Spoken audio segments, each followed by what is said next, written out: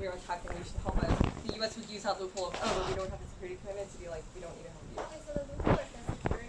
It's the lack of the security commitment. So, you said Trump doesn't want to invade Iran, but... So, it was like a double-bind argument that we made. If you are right that Trump does want to invade Iran, then he'll do it, like, regardless of whether or not the act happens. Wait, but doesn't the entrapment give him an excuse to No, do yeah, it? so our argument is that, well, no, that's not true, because, well, okay, first of all, there were multiple examples in the past that gave Trump the opportunity to do so, but he just didn't capitalize on it, which proves that the latter is probably true, that Trump doesn't want to attack Iran. So, for instance, when Iran shot down an American drone, Trump was like, no, we're not going to attack them. When they just, attacked Saudi's oil silos, they were again like, oh, we're not going to attack them. If Iran doesn't want a war, then why would Iran shoot down the drone? Well, that's not our argument. Our argument is that Trump doesn't want to intervene, so then that means that because he has that intention, entanglements are not enough to force him to intervene. Wait, but didn't you say that, like, Iran has domestic instability, so they Well, yes, want a war? well, yeah, the reason why that argument matters is because that proves that a Saudi-Iranian war will never happen. So even though they might do, like, ticky-tacky attacks on each other, they don't want to. Right now? Well, but then that just proves our point. Iran is being super provocative, but neither country is going to war because they're like, we have domestic pressures that prevent us from wanting to go to war.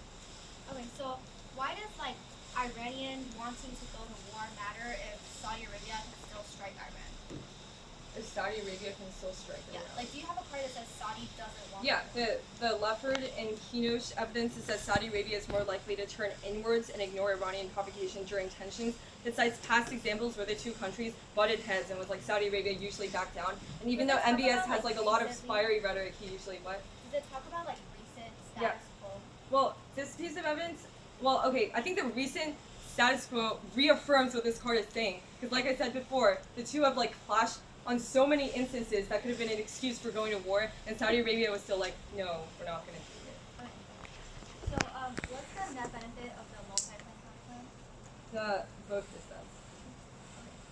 So, like, all the counterplans, except the BMD, the net benefits are... We're not going for BMC. Okay. So, we talk about how communication in the counterplan is severance. So No, we didn't say that. We said, if you are right that Krim through the counterplan is true, and you are the pick, then all this offense you read against the pick is a diss out to the app.